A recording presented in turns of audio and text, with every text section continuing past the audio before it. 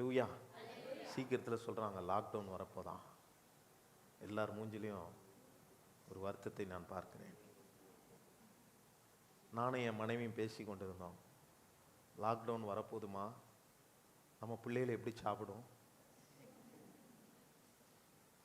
Phone இல்லைன்னா TV இல்லைன்னா சாப்பிட மாட்றாங்க.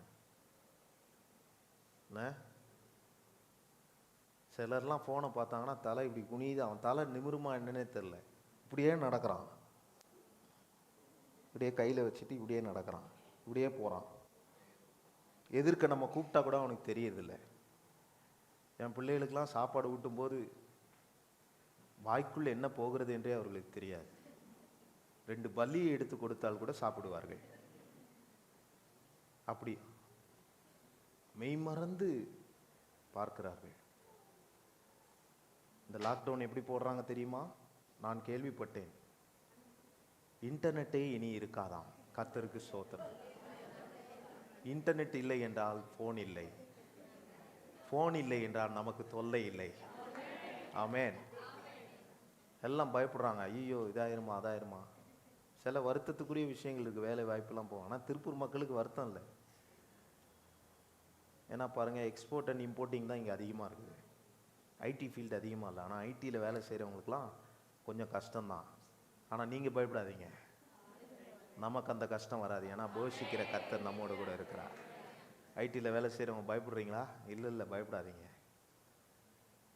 முன்னாடிலாம் நான் பிறக்கும் போதெல்லாம் செல்ஃபோன்னா என்னன்னே தெரியாது.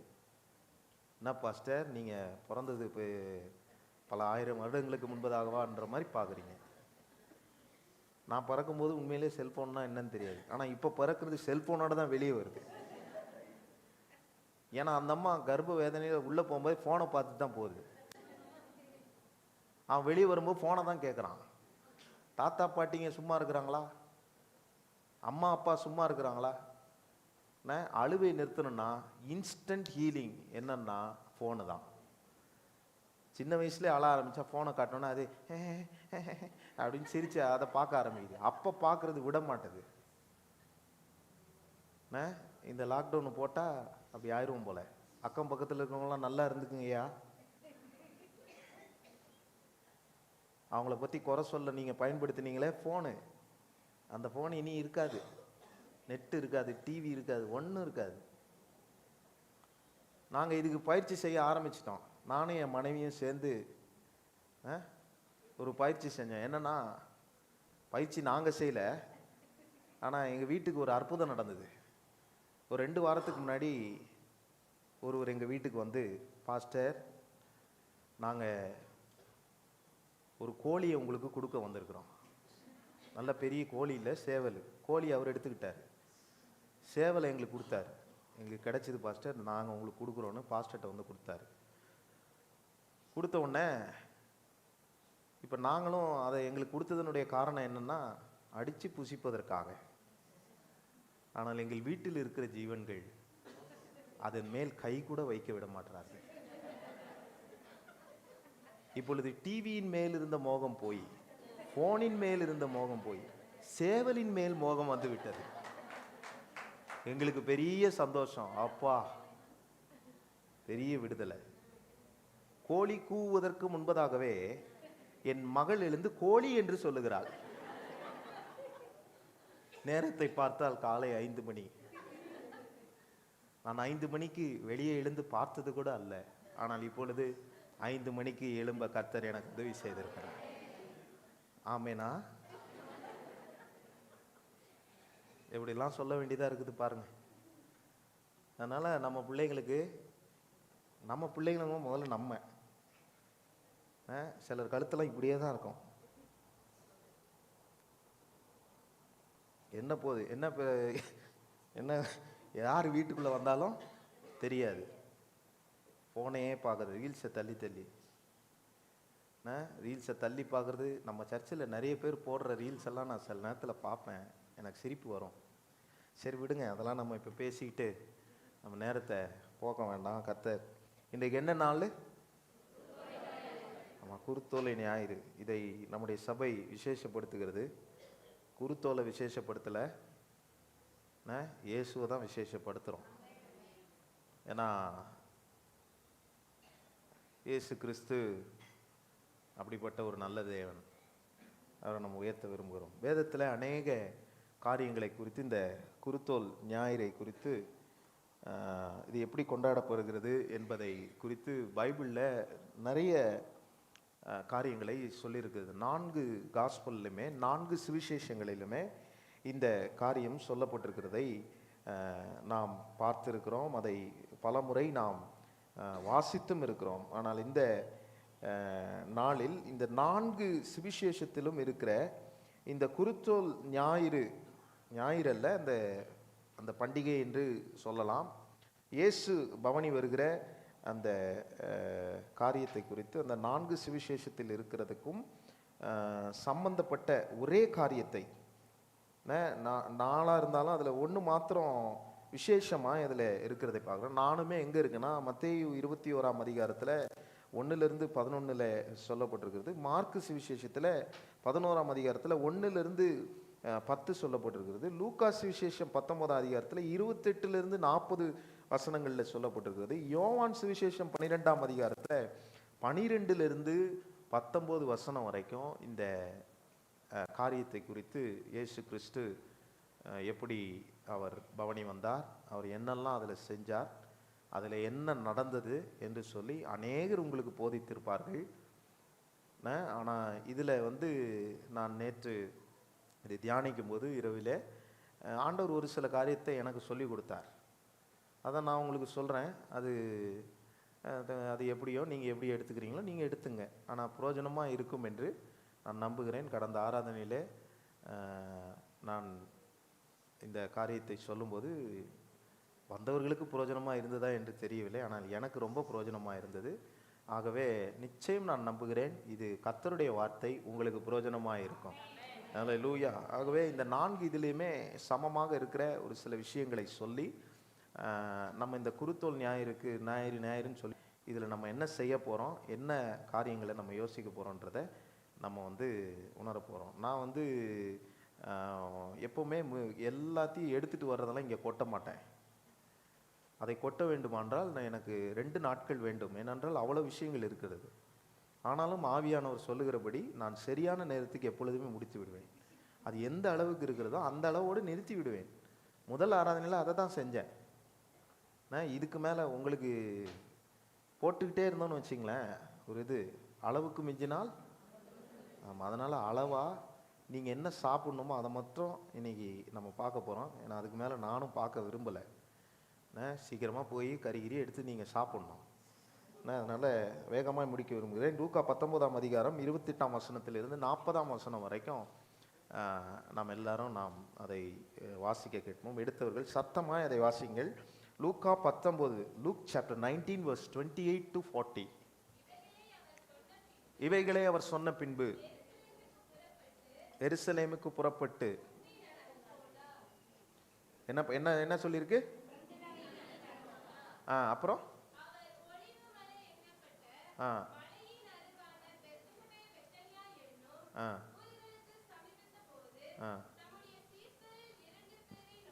இங்கிருந்து தான் ஆரம்பிக்குது. சீஷருங்க 2 பேரை நோக்கி அப்படின்னா கூப்பிடுறாரு, பார்க்குறாரு. பார்த்துட்டு உங்களுக்கு எதிரே இருக்கிற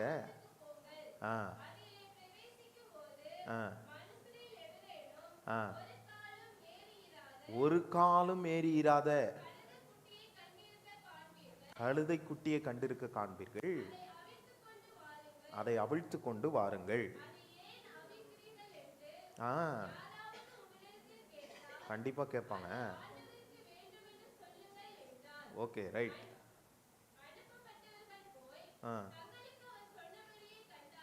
சூப்பர்.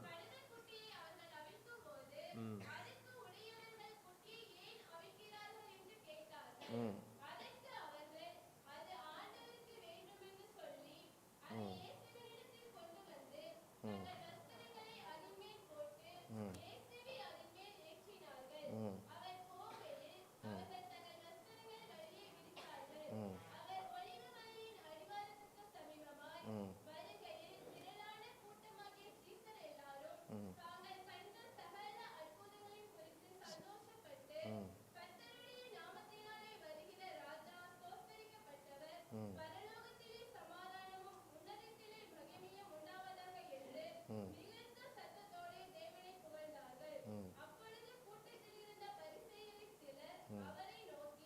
ம். ம். ஆ.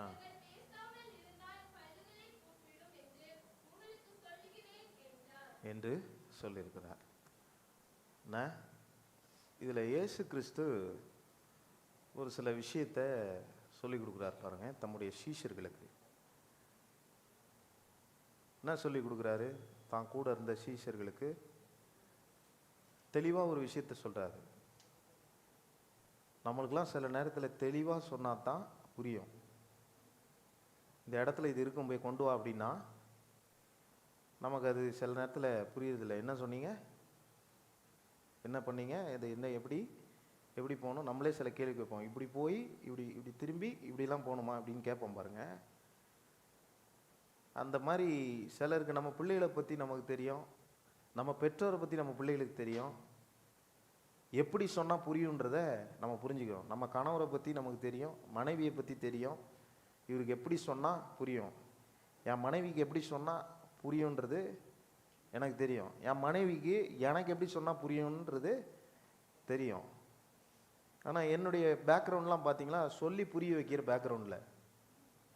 என்னுடைய பேக்ரவுண்ட் எப்படின்னா, செய், இதை பண்ணு, இதை முடிச்சிரு. அவளுக்கு அப்படி இல்லை, இதை செய்யுங்கள், எப்படி செய்ய வேண்டும் என்றால் இப்படிப்பட்ட காரியங்கள் எல்லாம் இருக்கிறது, அதுக்கு வழிமுறை கொடுத்து ஸ்கெட்சு கொடுத்து எல்லாம் பண்ணணும். என்னுடைய போதகர் பாஸ்டர் சொர்ணராஜ் அவர்கள், அவர்களோடு கூட நான் 15 ஆண்டுகள் இருந்தேன். எனக்கு சில விஷயம் தெரியும், அவர் என்ன நினைக்கிறாருன்றது எனக்கு தெரியும். ஏன்னா கூடவே இருந்ததுனால எனக்கு தெரியும். அவருக்கும் என்னை பற்றி நல்லா தெரியும். எப்படி நம்ம சொல்லுவோம் பாருங்க, உன்னை பற்றி எனக்கு தெரியும், என்னை பற்றி உனக்கு தெரியும். அந்த மாதிரி எங்கள் 2 பேரும் நாங்கள் என்னென்ன செய்வோம், என்னென்ன மாதிரியான இது இருக்குன்றது எங்களுக்குள்ள ஒரு அண்டர்ஸ்டாண்டிங் இருக்குது. ஆனால் இந்த சீஷர்களுக்கு என்னென்னா அது புரியல. இப்போ கூட ரீசெண்டாக பாஸ்டர் சொர்ணராஜ் வந்து திருப்பூர் பட்டணத்துக்கு வரும்போது ஒரு கல்யாண வீட்டுக்கு போயிருந்தோம். அங்கே போய் நான் பாஸ்டர் நாங்கள்லாம் போயிருக்கும்போது அவர் கரெக்டாக வெளியே வந்துட்டார். வெளியே வந்தவுடனே எனக்கு இந்த கேள்வியை கேட்பாருன்னு தெரியும். என்ன கேட்டார்? ஏண்டா மணி என்னடா இப்போ வர, இப்போதான் உனக்கு தோணிச்சா பார்க்க, இப்படி கேட்பாருன்னு நினச்சேன். கரெக்டாக மூஞ்சில் மாட்டினேன். எப்படியா எஸ்கேப் ஆயிருன்னு பார்த்தா முடிஞ்சிச்சு. அவர் என்ன நினைப்பாருன்றது எனக்கு தெரிஞ்சுது. என்னை பார்த்துட்டாரா? இப்போ எனக்கு ஒரு டவுட்டு, இவர் சும்மா விட மாட்டாரே அங்கேருந்து இங்கே வந்தா அப்படின்னு நான் நினச்சிக்கிட்டு சரி வேக வேகமாக சாப்பிடுவோம் வாங்கன்னு நானும் பாஸ்டரும் கரெக்டாக பிரியாணியில் கையை வைக்கும்போது ஒரு ஃபோன் கால் வருகிறது. எங்கே இருக்க? நான் இந்த ரூமில் இத்தனாவது ஃப்ளோரில் இருக்கிறேன், உடனே வா அப்படின்னாரு. சரி, நம்ம கை வச்சா பின் வாங்குறதில்ல, முன் வச்ச காலை பின் வாங்கக்கூடாதுன்னு அவருக்கும் அது தெரியும். இவனை இப்போ கூப்பிட்டா அரை மணி நேரம் கழிச்சு தான் வருவான்னு. அதான் நான் சொன்ன பாருங்க, என்னை பற்றி அவருக்கு தெரியும், அவரை பற்றி எனக்கு தெரியும். அதனால் நான் சாப்பிட்டுட்டு நல்லா திருப்தியாக கிளம்பி போய் அவரை பார்த்து அவர்கிட்ட பேசினேன். அவருக்கு என்ன பிடிக்குன்றது எனக்கு தெரியும். அவருக்கு சால மீன்னா ரொம்ப பிடிக்கும். அந்த குழம்பு அந்த மீனை உறிஞ்சி உறிஞ்சி சாப்பிடுவார். எனக்கு இது தெரியும் பார்த்தீங்களா. அதனால் ஒரு நல்ல ஹோட்டலுக்கு கூப்பிட்டு போய் அவர் நல்லா சாப்பிட வச்சு, மகனே ரொம்ப நன்றி மகனே, சாப்பாடு நல்லா இருந்துச்சுன்னு என்னை வந்து வாழ்த்திட்டு அவர் போனாங்க. ஸோ என்ன சொல்கிறேன்னா, இந்த சீஷர்களுக்கு அவர் என்ன நினைக்கிறாருன்றது புரியல. இந்த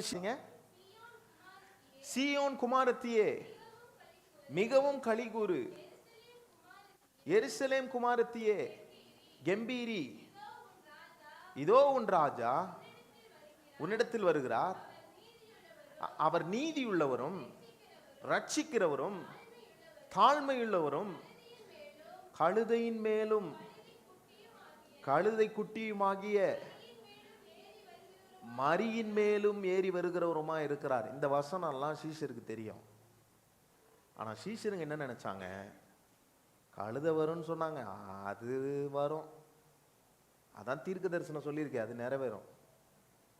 நம்ம நினைக்கிறோம் பாருங்க, கர்த்தர் ஒரு வார்த்தை சொன்னா அது எப்படியோ என் வாழ்க்கையில் நிறைவேறும். எப்படியோ ஆண்டவர் எப்படியோலாம் நிறைவேற மாட்டார், இப்படின்னு சில முறையை வச்சிருப்பாரு, அதை நமக்கு சொல்லி கொடுப்பாரு. இப்போ சொல்றோம் பாருங்க, இதுல என்ன சொல்றாங்க, இதுல மரினா அந்த இயேசுநாதரை பெற்றெடுக்கிற அம்மாவை குறித்து சொல்லப்பட்டு அதுக்கு பிறகு கழுதையின் மேலும், அப்படின்னா இந்த ராஜா இந்த பூமிக்கு வரும்போது கழுதையின் மேல் ஏறி வருவார் என்று ஒரு தீர்க்க தரிசனம் உரைத்தது. அதே அதிகாரத்தில் கீழே வாசிச்சு பார்த்தீங்கன்னா இந்த தீர்க்க தரிசனம் நிறைவேற தான் இது நடந்திருக்கிறது என்று அந்த அதிகாரத்தில் வசனங்களில் அது சொல்லப்பட்டிருக்கோம். ஆனால் இந்த சீஷர்களுக்கு என்னன்னா இந்த தீர்க்க தரிசனம் எப்படியா நடந்தணும்னு இல்லை, சீஷர்களை குறித்து இயேசுநாதருக்கு தெரிஞ்சதுனால அவர் கூப்பிடுறாரு. இவன் சொன்னதை ஒழுங்கா செய்ய மாட்டான், அதனால கூப்பிட்டு தம்பி உனக்கு தீர்க்க தரிசனம் சொன்னதெல்லாம் அது இப்படிலாம் நிறைவேறாது, உன்னை கொண்டு தான் நிறைவேற்றுவார் அப்படின்னு சொல்லி அவனுக்கு ஒரு காரியத்தை கூப்பிட்டு சொல்றாரு. இந்த தெருவில் இந்த இடத்துல நீ போகும்போது இப்போ சிலர்லாம் நான் பார்த்துருக்குறேன், போயிட்டு ஒருத்தனை ஒரு வேலைக்கு அனுப்புனா அங்கேருந்து 10 ஃபோன் அடிப்பான். இந்த கடைக்கு போய் இதை வாங்கிட்டு வானா 10 ஃபோன் அடிப்பான். நமக்கு என்ன ஆயிரும், நம்மளே போயிருக்கலாம் போலன்னு தோணிடும். இவனை அனுப்புனதுக்கு நம்மளே போயிருக்கலாம். இல்லைன்னா சிரிக்கிறத பார்த்தா நிறைய அனுப்பியிருப்பீங்க போல. என் மனைவி என்னை கடைக்கு அனுப்புவா, நான் அங்கேருந்து 10 பொருளுக்கு அவங்க வேகமாக சொல்லி முடிச்சுடுவான். தக்காளி, வெங்காயம், பச்சை மிளகா, கீரை, அது இது, தயிர், அது இதுன்னு சொல்லி விட்ருவாங்க. நாங்கள் கடைக்கு போனால் எங்களுக்கு வர்ற வழியிலே மறந்துடும். நாங்கள் தக்காளி வெங்காயம் சொல்லிட்டு போனாலும் போகிற இடத்துல மறந்துடும். அப்போ இந்த தொலைபேசி இருக்கு பாருங்க, இப்போ ஃபோனு இல்லைன்னா என்ன செய்யறதுன்னே தெரிலையா, ஃபோன் பண்ணி கேட்பேன், அம்மா தக்காளி வாங்க சொன்னேன், வெங்காயம் வாங்க சொன்னேன், வேற என்னம்மா சொன்னேன் அப்படின்னு கேட்பேன். அவன் என்ன பேசுவான்னு நான் சொல்ல விரும்பலை. ஆனால் அவக்கு கேட்ட உடனே நான் மறுபடியும் அதெல்லாம் எடுத்து வாங்கிட்டு போவேன். இந்த ஆண்டவருக்கு அது தெரிஞ்சிருந்தது பாருங்க. இவனுக்கு சும்மா சொல்லக்கூடாது, இவனுக்கு எக்ஸ்பிளைன் பண்ணணும். இந்த தெருவில் இந்த வீதியில் அது எப்படி சொல்றாரு பாருங்க, அந்த இடத்துல ஒரு கழுதை கட்டியிருக்கோம், ஓம்பாட்டுக்கு போய் எடுத்துட்டு வந்துடாத. ஏன்னா இவனுங்களை பற்றி தெரியும், இவனுங்க போனானுங்களா புடி எடுத்து எல்லாத்தையும் எடுத்துட்டு வந்துடுவானுங்க. அப்போ நீ எடுக்கும்போது ஒருத்தன் கேள்வி கேட்டவன் அங்கேருந்து ஃபோன் அடிப்பானுங்க.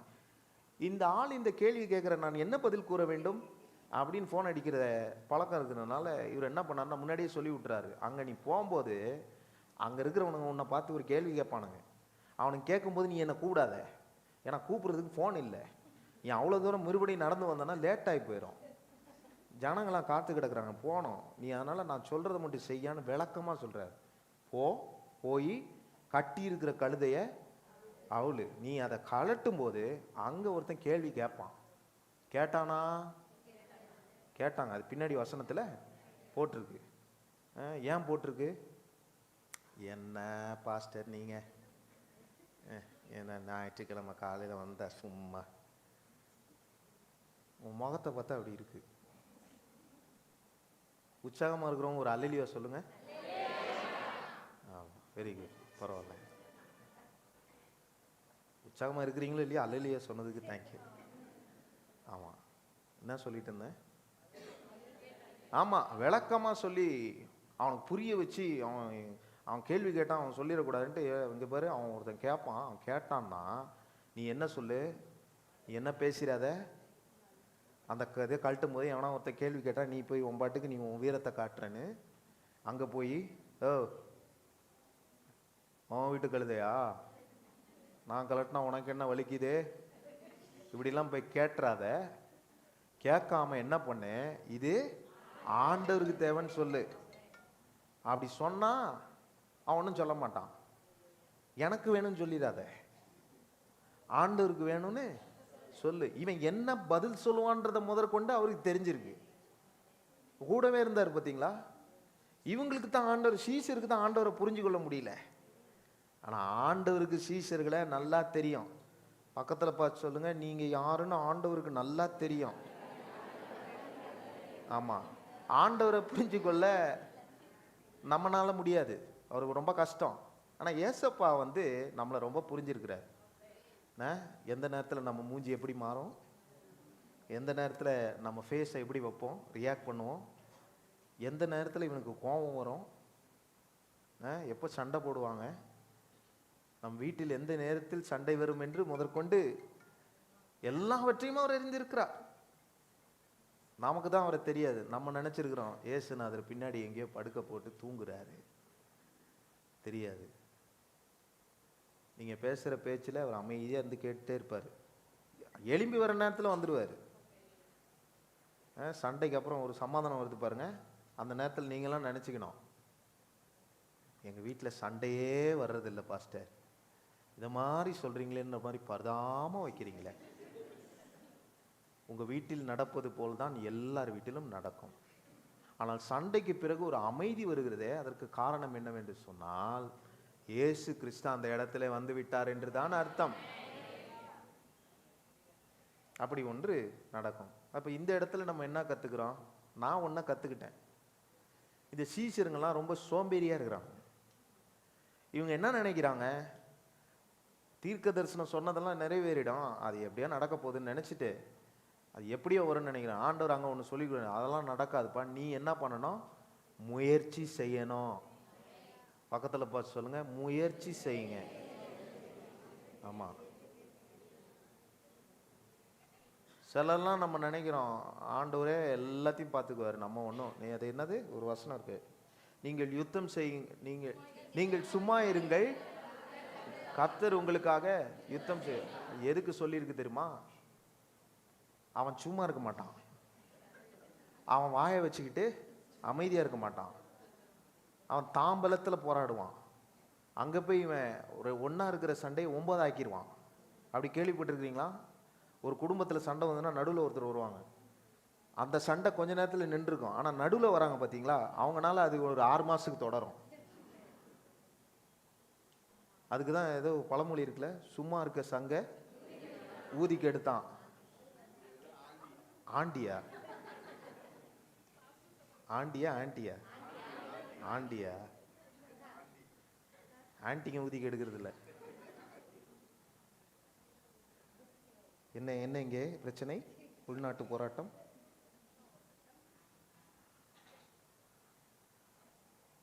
சும்மா இருக்கிற சங்க ஊதிக்கு எடுத்த கதையான்னு சொல்லுவாங்க பாருங்க, அந்த மாதிரி கதை. இப்போ எதுக்கு இதை சொன்னேன்? நீங்கள் ஆளாட்டா இருக்கிறீங்களான்னு பார்க்குறதுக்காக கேட்குறேன். சொல்லுங்க, என்ன சொன்னேன்? நீங்கள் சும்மா இருங்க, கர்த்தர் உங்களுக்காக யுத்தம் செய்வார். நீங்கள் சும்மா இருங்க. அதை கொஞ்சம் போய் ஃபுல்லாக வாசிச்சு பாருங்க, ஏன் சும்மா இருக்க சொன்னாருன்னு. அவன் புலம்புறாங்க, இதை பண்ணீங்களா, அதை பண்ணீங்களா, இது நடந்துச்சு, ஐயோ நான் செத்து போயிடுவேன், ஐயோ நான் இப்படி ஆயிடுவேன், ஐயோ ஐயோ ஐயோன்னு புலம்புறதுனால, உன் புலம்புறதை கொஞ்சம் நிறுத்தியா, உனக்கு தான் நான் இருக்கிறேன்ல, எப்படியும் நீ ஒன்றுத்துக்கும் பிரயோஜனம் இல்லை, எனக்கு தெரியும், உனக்காக நான் யுத்தம் செய்வேன் அங்கே சொல்லியிருக்கு. நான் இங்கே சீசர்களுக்கு என்ன சொல்லி கொடுக்குறாருன்னா, முயற்சி செய்யணும். முயற்சி செஞ்சாதான் எல்லாம் நடக்கும். உலகத்தில் பழமொழி சொல்லுவாங்க பாருங்க, என்ன சொல்லுவாங்க? அதெல்லாம் நல்லா சொல்லுவீங்க. முயற்சி திருவினையாக்கும், முயன்றால் சாதிக்க முடியும், முயற்சியுடையோர் இகழ்ச்சி அடையார். சத்தம் கம்மியாயிருச்சு, பாஸ்டர் என்ன இப்படி சொல்றாரு. நம்ம எல்லாருக்கும் இது தெரியும், இது திருக்குறளா பழமொழியா அதெல்லாம் எனக்கு தெரியவில்லை. ஆனால் இது உலகத்தில் சொல்லுகிறதனுடைய காரியம் என்னன்னா, தன்னம்பிக்கையை குறிக்கிறது. நீ நினைச்சா செஞ்சிடலாம், நீ நினைச்சா பண்ணிடலாம். அப்படி யாரா நினைக்கிறவங்க இங்க இருந்தீங்கன்னா கண்டிப்பா அது நடக்காது. நம்ம நினைச்சா செஞ்சிடலாம், நம்ம நினைச்சா பண்ணிடலாம், இல்லை இல்லை இல்லை இல்லை. ஆண்டவர் சொல்றாரு பாருங்க இந்த இடத்துல, நான் சொல்றது நீ செய். நான் சொல்றது நான் எப்படி சொல்றேன் தெரியுமா? உனக்கு விவரமா சொல்ற விதத்துல சொல்றேன். நான் சொல்றத நீ அப்படியே செய், வேற ஒன்றும் எக்ஸ்ட்ரா பேசிடாத, அப்படியே செய்யின்னு சொல்றாரு. முயற்சி செய் அப்படின்றாரு. போய் இந்த இடத்துல இதெல்லாம் நடக்கும், அதெல்லாம் செய் அப்படின்னு சொல்றாரு. அப்போ இயேசுநாதர் என்ன பண்ணாரு? இருந்தாரு, அவங்களுக்கு சொல்றதுக்கு இருந்தாரு. இப்பயும் இயேசுநாதர் இருக்கிறாரு. எப்படி இருக்கிறாரு? இப்படித்தான் இருக்கிறாரு. எப்படி இருக்கிறாரு? அதரிசனமான தேவனாய் நமக்குள் உலாவுகிறார். அதனால தான் என்ன நமக்கு சொல்லி இருக்கிறார்னா, ஒரு அற்புதமான வசனம். அந்த வசனத்தை இப்போ ஆரம்பிச்சேன்னா நீங்க கட கட கடன்னு முடிப்பீங்க. என்ன சொல்றாரு? உன்மேல் என் கண்ணை வைத்து உனக்கு ஆலோசனை சொல்லி நீ நடக்க வேண்டிய வழியை உனக்கு காட்டுவேன் அப்படின்னு சொல்றாரு. எப்படி காட்டுவாரு? இப்படித்தான் காட்டுவாரு. எப்படி காட்டுவாரு? இப்ப கேட்டுட்டு இருக்கீங்க பாத்தீங்களா? இப்படித்தான் காட்டுவார். ஆலோசனை சொல்றதுனா என்ன? இப்படிதான் ஆலோசனை சொல்லுவார். நாங்க எங்க இருந்து ஆலோசனை எடுத்து சொல்றோம்? பல புத்தகங்களை படித்து அதை எடுத்துட்டு வந்து சொல்ல, பைபிள்ல இருந்து தான் சொல்றோம். நடந்த சம்பவத்தை பிராக்டிக்கலா எடுத்து ப்ரீச் பண்றோம். அந்த நடந்த சம்பவத்தை அப்படியே வந்து ஒப்பிச்சிட்டு போல, அந்த நடந்த சம்பவம் எதுக்கு சொல்லியிருக்குது, யாருக்காக சொல்லியிருக்குது என்றத சொல்றதுக்காகத்தான் இதை நான் உங்களுக்கு சொல்றேன். அப்போ உண்மையிலே என் கண்ணை வைத்து உனக்கு ஆலோசனை சொல்லி நான் நடக்க வேண்டிய வழிகளை உனக்கு காண்பிப்பேன்னு சொன்னா அதுக்கு அர்த்தம் என்ன? அவர் வந்து என்ன கைட் பண்றவரா இருக்கிறாரு, எனக்கு ஆலோசனை சொல்லுகிறவரா இருக்கிறாரு. நான் என் இஷ்டம் போல நான் செய்வேன். நான் எனக்கு தெரியாது ஏதாவது இருக்குதா? என்ன மாதிரி யார் சமைப்பா? உங்களை மாதிரி நீங்க தான் சமைக்க முடியும். உங்களை மாதிரி நான் சமைக்க முடியுமா? இந்த வாரம் நான் சிக்கன் பொரிக்க கற்றுக்கொண்டேன், தோசை சுட கற்றுக்கொண்டேன். 2 காரியங்களும். ஆனா நான் தோசை சுட்ட உடனே தோசை பூந்தி மாதிரி ஆகிவிட்டது. என் மனைவி என்னிடத்தில் கேட்டார், என்ன இது? அம்மா, இது பூந்தி தோசை. அவள் சொன்னா, நான் பூண்டு தோசை கேள்விப்பட்டிருக்கிறேன், அதே போல இது பூந்தி தோசை அம்மா. அந்த தோசை யாரும் அதை சாப்பிடவில்லை, கோழி கூட சாப்பிடவில்லை. மனதில் மிகப்பெரிய வருத்தம். சரி, எதுவும் சாப்பிடலன்னா கடைசியில் நம்ம தானே, நம்ம சுட்டதை நம்மளே சாப்பிடணும். அதனால என் மனைவி செய்கிற மாதிரி நானே செய்ய முடியாது, நீங்கள் செய்கிற மாதிரி நீங்கள் தான் செய்ய முடியும். அதனால சிலர் நினச்சிடுவேன், எனக்கு எல்லாம் தெரியும், நான் நினச்சா என்ன வேணால் பண்ணுவேன்.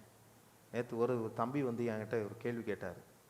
அண்ணா, ஊழியம்னா வந்து ஆண்டவர் வந்து தேவ தூதர்களிலும் சற்று இறங்கி அவர் தேவ தூதர்களுக்கும் கீழே ஊழியத்தை குறித்து அவர் சொல்கிறாருன்னா, இறங்குறாருன்னா, அப்போனா ஊழியம்னா ரொம்ப இதுதானே, நானும் ஊழியத்துக்கு ஒப்பு கொடுக்குறேன்னு வந்து சொன்னாப்புல. நான் சொன்னேன், அது எதுக்கு சொல்லியிருக்கு தெரியுமா? தூதர்களை உண்டாக்குனதே இவர் தான். ஆனால் அந்த தூதருக்கு ஒன்று காண்பிக்கிறார். என்ன? உன்னை உண்டாக்குனது நானாக இருந்தாலும் நான் மாம்ச ரூபத்தில் மனுஷ ரூபத்தில் தேவனுடைய செயலை செய்யறதுக்காக இந்த பூமியில் வந்திருக்கிறேன். என்னையும் பிதாவையும் பிரிக்க முடியாது, பிதாவையும் என்னையும் பிரிக்க முடியாது, என்னையும் பரிசுத்த ஆவியானவரும் பிரிக்க முடியாது. நாங்கள் திருத்துவ தேவன்.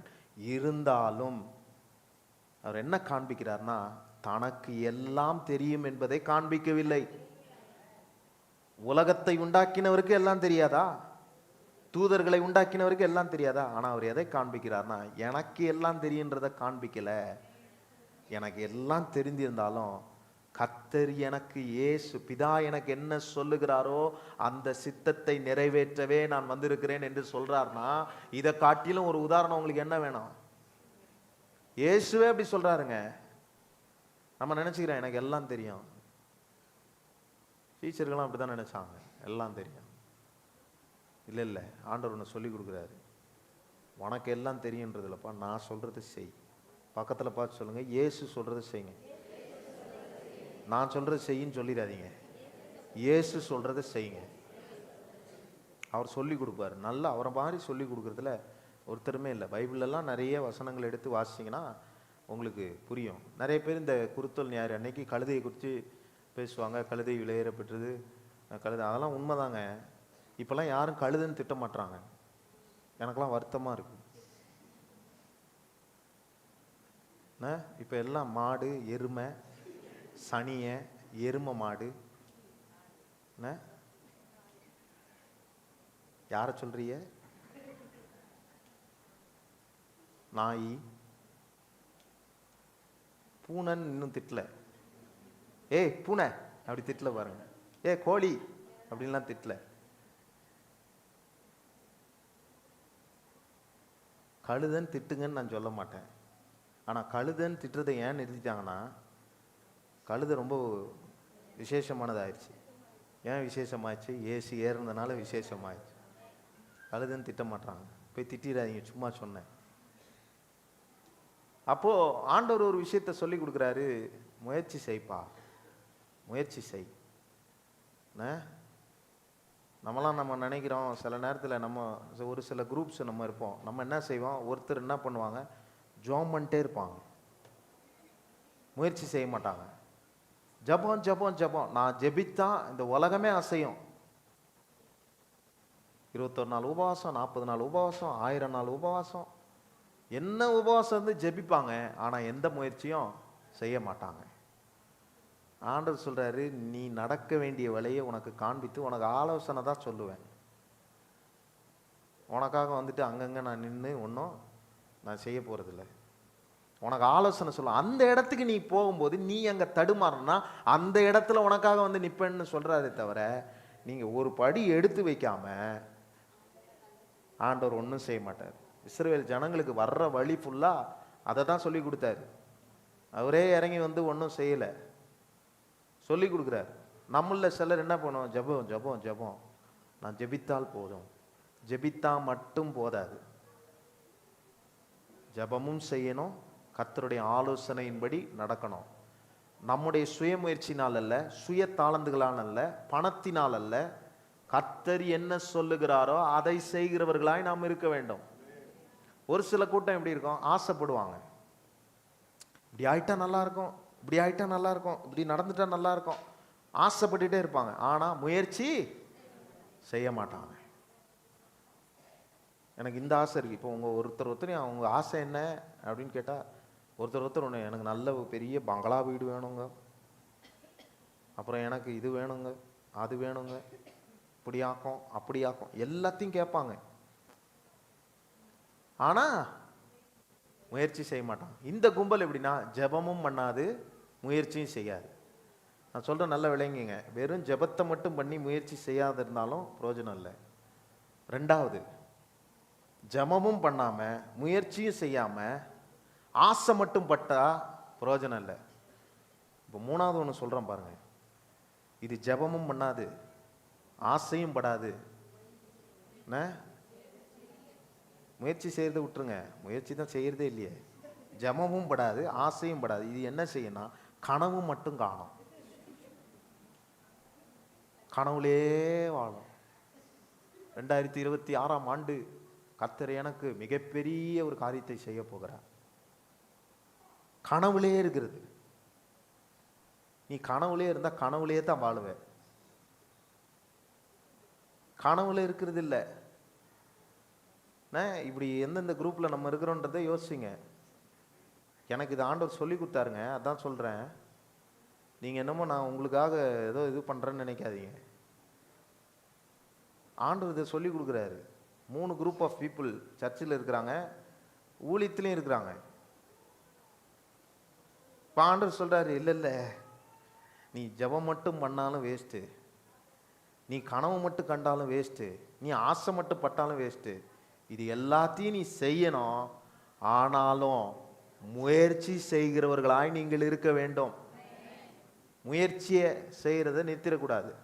கர்த்தர் செய்யறதை செய்வார். பக்கத்துல பார்த்து சொல்லுங்க, கர்த்தர் செய்யறதை செய்வார், நீ செய்யறதை செய்யுமா. நீங்க செய்யறதை செய்யுங்க. மரியாதையா சொல்லுங்கம்மா, சண்டை கண்டை போட்டுறாதீங்க. கர்த்தர் செய்யறதை செய்வார், நீங்க செய்யறத செய்யுங்க. நம்ம செய்யறத நம்ம செய்யறது இல்லை, சுயமாய் அல்ல. ஒருத்தர் வந்து சொன்னாரு, கர்த்தர் சொல்றதை மாத்திரம் தானே பாஸ்டர் செய்யணும். ஆனா இந்த ஆபிரகாம் வாழ்க்கையில அந்த சாராள் பாருங்க, யாரை கட்டி வச்சா, லேயாளா, ஆகார், சாரி, ஆகாரை கட்டி, யாக்கோபுக்கும் ஆபிரகாமுக்கும் கொஞ்சம் குழம்பிருச்சுங்க, மன்னிச்சிருங்க. ஆகாரை கட்டி வச்சாலே அது எப்படி, அதுவும் ஒரு கோளாறு தான். கர்த்தர் என்ன சொல்றாரு, சொன்னதை அவர் செய்யும் மூலம் கைவிட மாட்டேன்றாரு, உன் கூடயே இருப்பன்றாரு, எல்லாம் பண்றாரு. அந்த ஆலோசனைப்படி தலைவர் அழகா போய்கிட்டு இருக்கிறாரு. யாரு, ஆபிரகாம் ஐயா. இந்தம்மா வந்து நடுவில் கர்த்தர் சொன்னது அவர் எப்படி சொல்லியிருப்பார் தெரியுமா, அவர் இப்படிதான் சொல்லியிருப்பார், நீ ஒரு முயற்சி எடுப்பா. அந்த முயற்சி என்னதுமா, இதுதான் முயற்சி. போச்சா, இன்னைக்கு ஈரான் போரா மாறி கிடக்குது. அப்படி இல்லை, அப்படி செய்ய சொல்லலை. அப்படி ஒருத்தர் வந்து என்கிட்ட சொல்றாரு, இது எப்படி இப்படி நடந்துச்சே, வாங்க சிஸ்டர். இல்ல இல்ல, ஆண்டவர் அப்படி செய்ய சொல்ல. ஆண்டவர் நீ ஜெபம் பண்ணு, கனவு காணு, அப்புறம் ஆசைப்படு, இதெல்லாம் நீ செய்யறத காட்டிலும் இதையும் செய்யணும், இது கூட முயற்சியும் எடுக்கிறவர்களாய் நீங்கள் இருக்கணும் என்று சொல்லுகிறார். எப்படி கற்றுக் கொடுக்கிறாரு, சீஷர்கள் ஆரம்பிக்கவே இல்லை, 9 மணி ஆயிடுச்சு. எப்படி கற்றுக் கொடுக்குறாரு? வேகமாக 3 காரியத்தை சொல்ல விரும்புகிறேன். முதலாவது குறிப்பு என்னன்னா, இந்த 3 சொன்னோம் பாருங்க, இது 3த்துக்கும் இன்னொரு 3 சொல்கிறோம் பாருங்க. இதைத்தான் நம்ம செய்கிறோம்.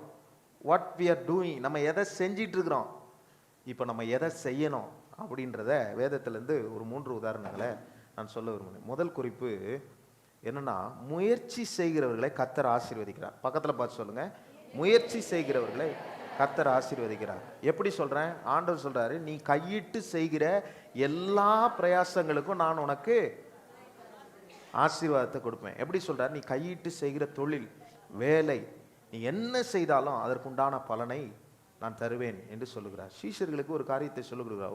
ஒரு பாஸ்டர் செய்தியில போதிக்கும் போது இப்படி சொன்னார், காஸ்பல் என்றால் கோ அண்ட் ஸ்பெல். கோ என்றால் போ, ஸ்பெல் என்றால் சொல்லு. முதலாவது என்ன சொல்றாரு? நீ இருக்கிற இடத்துல இருன்னு சொல்லல, ஃபர்ஸ்ட் போயா. என்ன சொல்றாரு? புறப்பட்டு போய் சகல ஜாதிகளையும் சீஷராக்கி அவர்களுக்கு ஞானஸ்தானம் கொடுங்கள், உலகமெங்கும் போய். இன்னைக்கு அவர்கள் முயற்சி எடுத்து உலகமெங்கும் அவர்கள் போனதுனால மாத்திரம்தான் இந்த இடத்துல நீங்களும் நானும் உட்கார்ந்து இருக்கிறோம். இன்னைக்கு குருத்தோல் ஞாயிறு உட்கார்ந்து இருக்கிறோமே, எப்படி? உலகமெங்கும் அவர்கள் போய் சுவிசேஷத்தை பரப்பினதினாலே, அவர்கள் அந்த முயற்சி எடுத்ததுனால தான் இன்னைக்கு நீங்களும் நானும் இந்த இடத்துல உட்காந்து நான் பேசின்னு இருக்கிறேன், நீங்க கேட்டுன்னு இருக்கிறீங்க. காரணம் என்ன? சுவிசேஷத்தை அவர்கள் பரப்ப முயற்சி எடுக்க சீஷர்களுக்கு ஆண்டவர் சொல்லி போனார். இன்றைக்கு உங்களுக்கு எனக்கு என்ன சொல்லி கொடுக்குறாரு? அதைத்தான் சொல்லி கொடுக்குறாரு. முயற்சி எடுக்காம ஒண்ணுமே நடக்க போறதில்லை. இன்னொரு காரியத்தை வேகமாக சொல்றேன் பாருங்க. எங்க இருக்குன்னுலாம் கேட்டுறாதீங்க, நான் வேகமாக சொல்லி முடிச்சிடுறேன். எல்லாருக்கும் தெரிஞ்ச சம்பவம் தான். பேதுருக்கிட்ட போய் சொல்றாரு பாருங்க. பேதுரு ராம் முழுவதும் பிரயாசப்பட்டு பாளையெல்லாம் கழுவி எல்லா இதையும் எடுத்துட்டு வரான். அப்பயும் பாருங்க, பேதுருக்கிட்ட ஒரு விஷயத்த சொல்றாரு, நீ ராம் முழுவதும் பிரயாசப்பட்டது போ. நம்மளா இருந்தா என்ன பண்ணுவோம்? நம்ம பாஸ்டா இருந்தா என்ன செய்வார்? யோசிங்க. பா போதும்பா, நீங்க ரொம்ப கஷ்டப்பட்டீங்க, நம்ம ஏதாவது வேலை செய்ய. இல்லை பாஸ்டர் ஒன்றும் பிரச்சனை. நோ நோ நோ நோ, நீங்க இதை செய்யக்கூடாது, இதை பண்ணக்கூடாது, நீங்க இருங்க, நீங்க அதை போடுங்க, அதை கீழே போடுங்க அப்படின்னு சொல்லுவார். ஆனால் இயேசுநாதர் அப்படி சொல்ல. ராம் முழுவதும் பிரயாசப்பட்டியாப்பா, சரி இருக்கட்டும். நீ உன் சுய புத்தியினால யோசிச்சு நீ பிரயாசப்பட்டது வேஸ்ட்டு. நீ சுயமா செஞ்ச, நீ உன் இஷ்டப்பட்ட இடத்துல வலைய போட்ட. நீ என்னை கேட்டு போட்டியா? போடலை. நான் சொல்றதை நீ செஞ்சியா? செய்யலை. அதனால இப்போ நான் உன் கூட வரேன். இப்போ நான் என்ன செய்கிறேன்? உன் கூட வரேன். நான் சொல்கிறேன், நீ படகு ஆழத்துக்கு தள்ளு. அவனும் என்ன பண்ணல, ஆழத்துக்கு தள்ளு. இந்த இயேசுநாதருக்கு வேலை யோவான், இந்த இயேசுநாதருக்கு ஒரு வேலையே இல்லை யோவான். யோவானையா உங்களை சொல்லையா? இயேசுநாதருக்கு ஒரு வேலையே இல்லை யோவான். என்ன பண்றாரு பாருங்க, என்ன குசும்பு இவருக்கு, கோயம்புத்தூர் குசும்பு. இவருக்கு என்ன பாருங்க, இதெல்லாம் அப்படிலாம் ஒண்ணுமே செய்யல. அவர் சொன்னாரு, நீ வலையை போடுப்பா, ஆழத்துல தள்ளி போடு. இவருக்கு தெரிஞ்சிருந்தது. என்ன தெரிஞ்சிருந்தது? நான் முயற்சி எடுத்தால் அந்த முயற்சியில பலன் தருகிற கர்த்தர் என் கூடவே இருக்கிறார் என்பதை அவன் அறிந்திருந்ததுனால அவன் சொன்ன உடனே போய் வலைய போடுறான். வலைய போட்டதன் மூலமாக மிகுதியாக மீன்களை அவன் பிடிக்கிறான். அவன் மட்டும் சந்தோஷப்படலை, எல்லாருக்கும் கொடுத்தான். முயற்சி செஞ்சு பிரயோஜனப்பட்டு நீங்க எல்லாம் பண்ணிட்டு, நான் செஞ்சேன், நான் பண்ணேன், நான் இல்லைன்னா நடக்குமா? கர்த்தர் இதை செய்தார், கர்த்தர் இதை முடிக்க எனக்கு உதவி செய்தார். அதனால கர்த்தருக்கு உண்டானதை கர்த்தருக்கு கொடுக்க வந்திருக்கிறேன்ற அந்த மனசு உங்களுக்கு வரணும். ஆசீர்வாதம் ஆட்டோமேட்டிக்காக வந்துடும். முயற்சி செய்யணும். முயற்சி செய்தால் நிச்சயமான ஆசீர்வாதத்தை நீங்கள் பெற முடியும். ஜெபித்தால் மட்டும் போதாது, ஆசைப்பட்டால் மட்டும் போதாது. எல்லாம் மைண்டில் வச்சிங்க. குறிப்பெடுக்கிறீங்களோ இல்லையோ, ஒன்றும் விசேஷமானதை நான் சொல்லில்லை, ஈஸியாக சொல்கிறேன். ஜெபித்தால் மட்டும் போதாது, ஆசைப்பட்டால் மட்டும் போதாது, கனவு கண்டால் மட்டும் போதாது. இது மூணையும் நீங்கள் செய்யணும். ஆனால் அதனோடு கூட முயற்சி செய்ய கர்த்தர் விரும்புகிறார். முயற்சி செய்தால் ஆசீர்வாதம் உண்டு. இது முதல் குறிப்பு. ரெண்டாவது குறிப்பு, முயற்சி செய்தால் அற்புதம் நடக்கும். பக்கத்தில் பார்த்து சொல்லுங்க, முயற்சி செஞ்சால் அற்புதம் நடக்கும். எப்படி பாஸ்டர்? நான் ஆரம்பத்திலே சொன்னேன், நம்ம செய்கிறத நம்ம செய்யணும், கர்த்தர் செய்கிறத கர்த்தர் செய்வார். நான் ஒன்றுமே செய்ய மாட்டேன், நான் இருக்கிற இடத்துலயே இருப்பேன். ஆண்டவரே ஆண்டவரே தோத்திரம் தோத்திரம் தோத்திரம், பேசப்பா ஸ்தோத்திரம் ஸ்தோத்திரம் ஸ்தோத்திரம் அப்படின்னு சொல்லிக்கிட்டு இல்லை. அண்ணால் போய் சொன்னாங்க, என்ன சொன்னாங்க? ஆண்டவரே தோத்திரம் தோத்திரம் தோத்திரம்ப்பா. அப்போ அந்த ஊழியக்காரர் வந்து சொன்னார், நீ போ, உன் மன விருப்பத்தின்படி நடக்கும் போ. ஆண்டவர் சொல்லிட்டார், மன விருப்பத்தின்படி நடக்கும், நான் ஒன்றுமே செய்ய மாட்டேன் அப்படின்னு அந்த அம்மா இல்லை.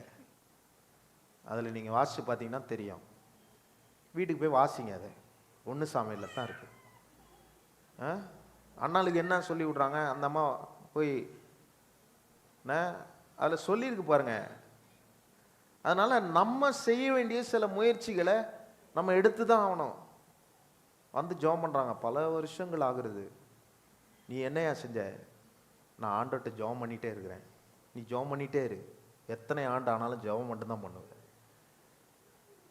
ஒரு முயற்சியை நம்ம எடுக்கணும். சில நேரத்தில் நீங்கள் இப்படி கேள்விப்பட்டிருக்கிறீங்களா?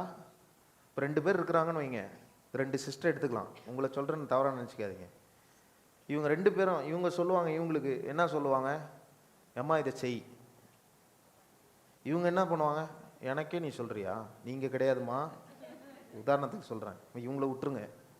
2 பேர் இருக்காங்கன்னு வைங்க, என்ன எனக்கே நீ சொல்கிறியா அப்படின்னு இந்த அம்மா. அந்த அம்மா என்ன, எக்கேடு கட்டினா போ. அந்த அம்மா என்ன பண்ணா, அதில் போட்டு பெரிய ஆளாகி நல்ல இது கிடச்சிரும். அது கிடைச்சிது, அது ஒழுங்காக போகுமா? அது இந்த அம்மாட்ட வந்து சொல்ல, என்ன சொல்லும், நான் சொன்னேன்ல, நீ கேட்டியா, இப்போ பாரு நான் எப்படி இருக்கிறேன். இது சொல்லலை. இப்படி யாராவது செய்கிறீங்கன்னா உங்களை ஆசீர்வாதத்தை நினச்சி ஆண்டவருக்கு ஸ்தோத்திரம் பண்ணி கர்த்தருக்கு உண்டான செஞ்சுட்டு அமைதியாக இருந்துருங்க. அடுத்தவங்களுக்கு போய் அட்வைஸ் பண்ணுறன்ற வேலையில் வச்சுக்கிட்டு, நான் சொன்னேனே நீங்கள் செய்யலையே, நான் சொன்னேனே நான் பண்ணலையேன்னு போனீங்கன்னா அப்புறம் உங்களுக்கு இருக்கிறது இருக்குமான்னு எனக்கு தெரில. என்ன பாஸ்டர், ஞாயிற்றுக்கிழமை அதுவுமா எங்களை இப்படி போட்டு பண்ணுறீங்களேன்னு நினைக்காதீங்க. யாருக்கோ ஒருத்தருக்கு தான் இதை சொல்கிறார்.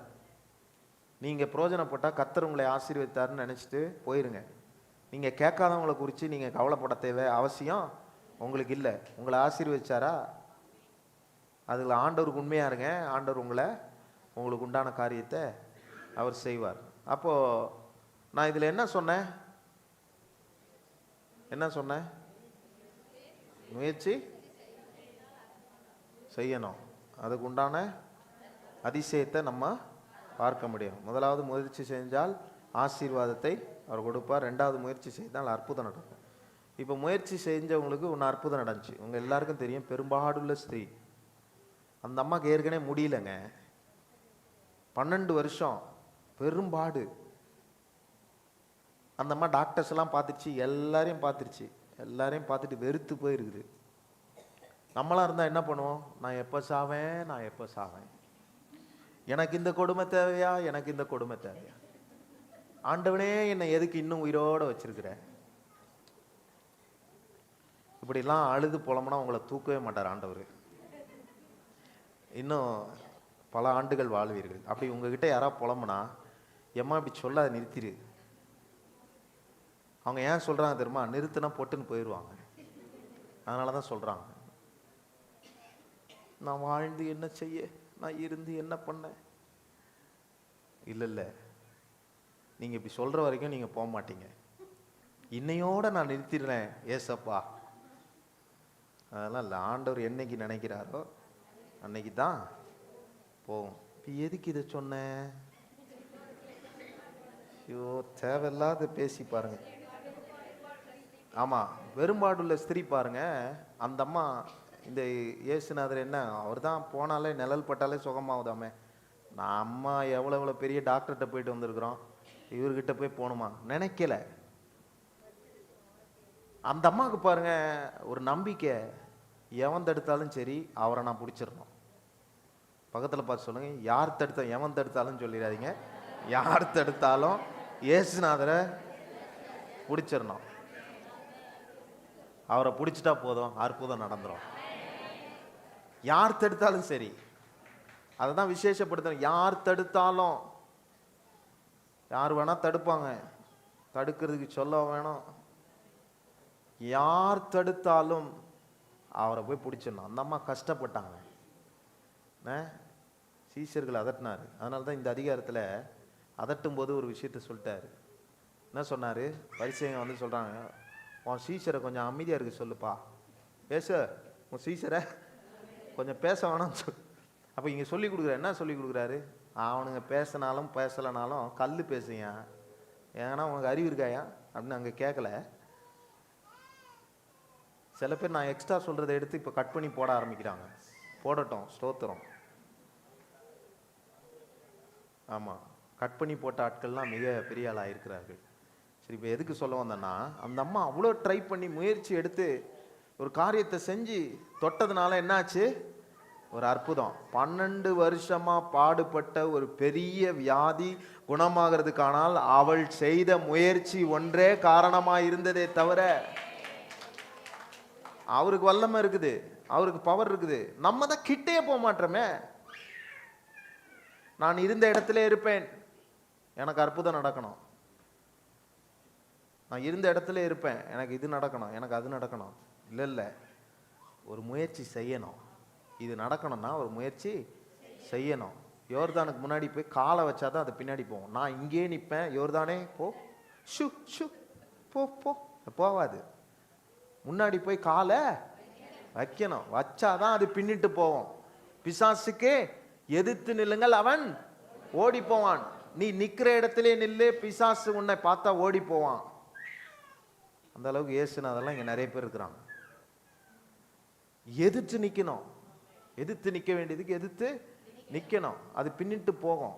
செய்ய வேண்டிய முயற்சிகளை நாம் செய்வதை தவறிவிட்டால் அது தாமதமாகும். ஆனாலும் நீங்க ஒரு காரியத்தை நினைக்கணும், நான் முயற்சி செய்தால் கர்த்தர் அற்புதத்தை விளைய பண்ணுகிறவராக இருக்கிறார். எத்தனை பேர் கைகளை உயர்த்தி சொல்ல முடியும்? நான் முயற்சி செய்தால் கர்த்தர் அற்புதம் செய்கிறவர், அற்புதத்தை நமக்கு தருகிற அற்புதமான தேவன். மூன்றாவது குறிப்பு, முயற்சி செய்தால் பலன் உண்டு. என்ன பலன்? பவுல் சொல்றார் பாருங்க, ஓட்டத்தை ஓடினேன், விசுவாசத்தை காத்துக்கொண்டேன், இது முதல் நீதியின் கிரீடம் எனக்கு வைக்கப்பட்டிருக்கிறது. அது ஒரு பலன். அது என்ன பலன்? பரலோகத்தின் பலன். நீங்கள் செய்கிற நன்மைக்கு உண்டான பலன்களை பூலோகத்தில் அனுபவிக்க வேண்டும், பரலோகத்தில் அனுபவிக்க வேண்டும். நாம் நினைத்து விடுகிறோம், சிலர் என்ன நினைக்கிறோம், நான் செய்த பலனுக்கு உண்டான காரியங்கள் எனக்கு பூமியில் இல்லை, பரலோகத்தில் தான் இருக்கிறது. அப்படி இல்லை, அது பரலோகத்திலும் இருக்கு. ஆனால் பூமியிலும் நமக்கு பலன் உண்டு. ஒரே ஒரு உதாரணத்தை சொல்லி நான் முடிக்க விரும்புகிறேன். நெகேமியாவை குறித்து உங்களை எல்லாருக்கும் தெரியும். அவர்களுக்கு வந்த தொந்தரவு மாதிரி ஒருத்தருக்கும் வரல. என்னைக்கு அலங்கத்தை கட்டணும்னு எழுப்பி நின்னானோ அன்னையிலிருந்து பிரச்சனை, தொந்தரவு ஆரம்பிச்சிச்சு. சம்பலா தொபியா வந்தாங்க, என்னவோ சொல்றாங்க. அந்த அதிகாரத்தை நீங்க வாசிச்சு பார்த்தீங்கன்னா என்னென்னவோ சொல்லி எப்படியாவது நிறுத்தணும்னு நினைச்சாங்க. இல்ல இல்ல, நெகேமியாவுக்கு ஒன்று தெரிஞ்சிருந்தது. என்ன தெரிஞ்சிருந்தது? நான் முயற்சி செய்தால் பலனை கர்த்தர் எனக்கு தருகிறவராய் இருக்கிறார் என்று நம்பி, கர்த்தரை நம்பி, தன்னுடைய சுயபலத்தை நம்பி அல்ல, தான் கூட இருக்கிற விசுவாசிகளை நம்பி அல்ல, வேலை செய்கிறவர்களை நம்பி அல்ல, கர்த்தர் எனக்கு பலன் தருகிறவர் என்பதை நம்பி அவன் செய்ததினாலே மிகுந்த பலனை கர்த்தர் அவனுக்கு காண்பிக்க உதவி செய்கிறவராய் இருந்தார். ஹல்லேலூயா. 52 நாட்களிலே ஒரு அலங்கத்தை கட்டி முடித்தான். கர்த்தர் யார் என்பதை காண்பித்தான். கர்த்தர் எனக்கு பரலோகத்தின் மாத்திரம் பலன் தருகிறவர் அல்ல, பூமியிலும் நான் எடுக்கிற முயற்சிக்கு உண்டான பலனை பூமியிலே அனுபவிக்க கர்த்தர் எனக்கு உதவி செய்கிறவராக இருக்கிறார். ஹல்லேலூயா. எத்தனை பேர் இந்த காலை வேளையில நம்புறீங்க? உங்க இடத்துல எழும்பி நின்று சொல்லுங்க, ஆண்டவரே, இதுவரைக்கும் நீங்க ஜெபிக்கிறவர்களாய் மாத்திரம் இருந்திருக்கலாம், இதுவரைக்கும் நீங்க கனவு காண்கிறவர்களாய் மாத்திரம் இருந்திருக்கலாம், இதுவரைக்கும் நீங்க எப்படிப்பட்டவர்களாய் இருந்திருக்கலாம், ஆசைப்படுகிறவர்களாய் மாத்திரம் இருந்திருக்கலாம். ஆனா இது எல்லாவற்றையும் நீங்கள் செய்து ஆண்டவர்கிட்ட சொல்லுங்க, ஆண்டவரே, ஒரு முயற்சியை நாங்கள் எடுக்க எங்களுக்கு உதவி செய்யுங்க. ஓ ஸ்தோத்திரம். ஹல்லேலூயா. இதை ஒன்ன மாத்திரம் செய்கிறவர்களா இல்ல, முயற்சி எடுக்கிறவர்களாய். ஹல்லேலூயா. முயற்சி எடுக்கிறவர்களை கர்த்தர் ஆசீர்வதிக்கிறார். முயற்சி எடுக்கிறவர்களை கர்த்தர் அவர்களுக்கு பலன் தருகிறார். முயற்சி எடுக்கிறவர்களுக்கு அதிசயம் செய்கிறார். அற்புதம் செய்கிறார். இந்த காலை வேளையிலே ஒரு முயற்சி எடுக்கிறவர்களாய் நாங்கள் இருக்கணும் ஆண்டவரே. சோம்பேறிகளை கர்த்தர் ஒருபோதும் ஆசீர்வதிப்பது அல்ல. கர்த்தர் ஸ்தோத்திரம் உற்சாகமாய் கர்த்தருடைய வேலைகளை செய்கிறவர்களை ஸ்தோத்திரம் உண்மையின் கண்ணை வைத்து உனக்கு ஆலோசனை சொல்லி நீ நடக்க வேண்டிய வழிகளை உனக்கு காண்பிப்பேன் என்று சொன்ன கர்த்தர் நம்மோடு கூட இருந்து அவர் நமக்கு பலனை அளிக்க போதுமானவராக இருக்கிறார். எத்தனை பேர் சொல்ல முடியும் இந்த காலை வேளையில, கர்த்தர் எனக்கு பலன் தருகிறவர், கர்த்தர் எனக்கு பலன் தருகிறவர். நான் கையிட்டு செய்கிற எல்லா பிரயாசத்துக்கு உண்டான ஆசீர்வாதங்களை என் வாழ்க்கையில தருகிற கர்த்தரை நான் பிடித்து கொள்ளுகிறேன். அவர் எனக்கு உதவி செய்வது லேசான காரியமாய் என் வாழ்க்கையில இருக்கிறது. ஸ்தோத்திரம். லாக்டவுன் வரட்டும், உலகமே மூடி கிடக்கட்டும், எனக்கு ஒன்னே மாத்திரம் தான் தெரியும், என் முயற்சியை ஆசீர்வதிக்கிற கர்த்தர் என்னோடு கூட இருந்து என்னை நடத்த வல்லவராய் இருக்கிறார். அவர் என் கூட இருந்து என் பிரயாசத்தை ஆசீர்வதித்து அதற்குண்டான பலனை அவர் எனக்கு தருகிறவராக இருக்கிறார். கர்த்தர் நமக்கு அப்படி உதவி செய்கிறவராக இருக்கிறார். நம்முடைய காணிக்கை தசம பாகங்களை நம்முடைய கையில எடுத்துக்கொண்டு உங்களுக்கு ஆண்டவர் செய்த பிரயாசத்துக்கு, ஆண்டவர் நீங்கள் எடுத்த பிரயாசத்துக்கு உங்களுக்கு பலன் அளித்திருப்பாரானால், ஆண்டவருக்கு உங்கள் உற்சாகத்திலிருந்து ஆண்டவரை மாத்திரம் நினைத்து மற்ற காரியத்தை நினைக்காம இருதயத்திலிருந்து கர்த்தருக்கு நாம் விதைப்போம். கர்த்தர் மிகுந்த பலனை நம்முடைய வாழ்க்கையில தருகிறவராக இருக்கிறார். கர்த்தர் உங்களை ஆசீர்வதிப்பார். ஆமென். எங்களை சந்தியுங்கள். பிரேயர் ஆயில் இருக்கிறது, பெற்று செல்லுங்கள். பாடலை கேட்போம். காணிக்கை நேரம்.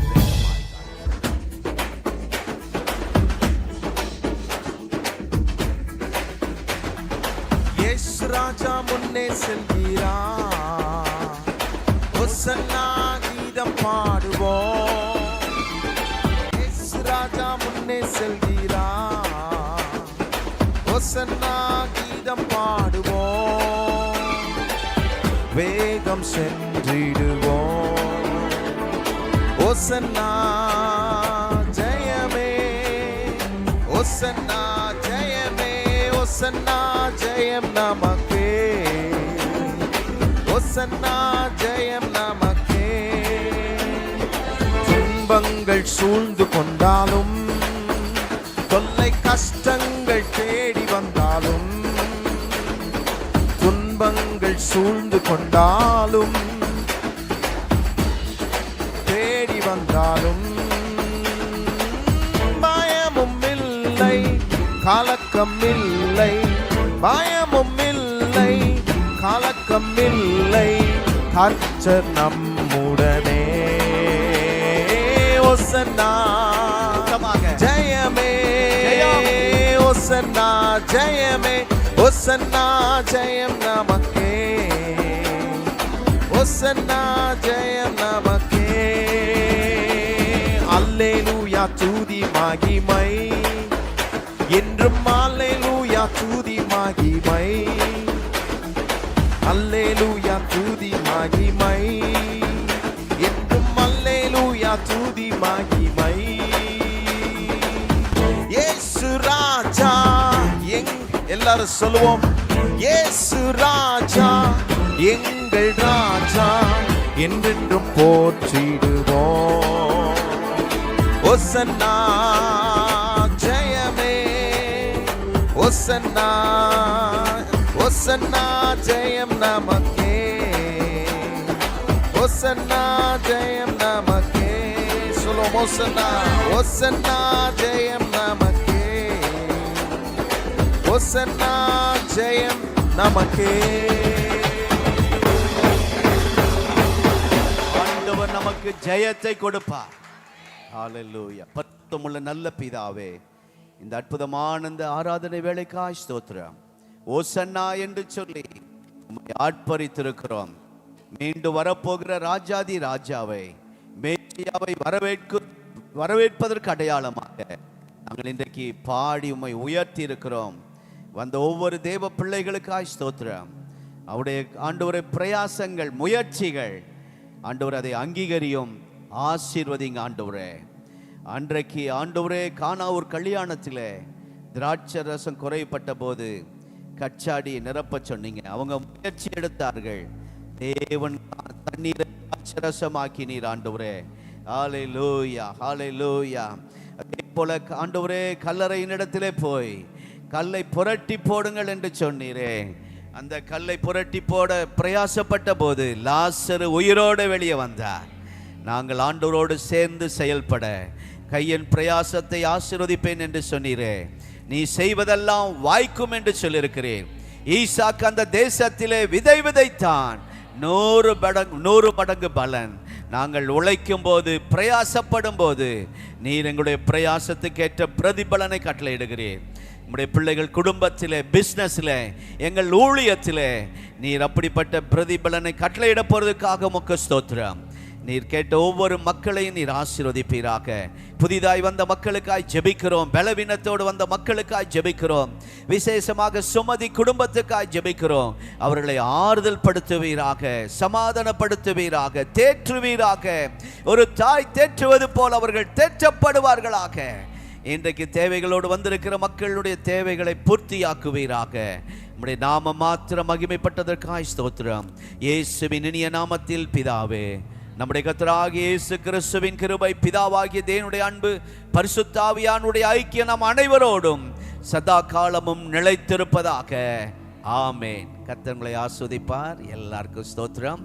Praise the Lord. ஸ்தோத்திரம். சாட்ஸ் அதை அப்படியே ரெடி பண்ணி வைங்க. அடுத்த ஆராதனைக்கு டைம் ஆயிடுச்சு. அடுத்த ஆராதனைக்கு ஜனங்கள் வந்துட்டு இருக்காங்க. இந்த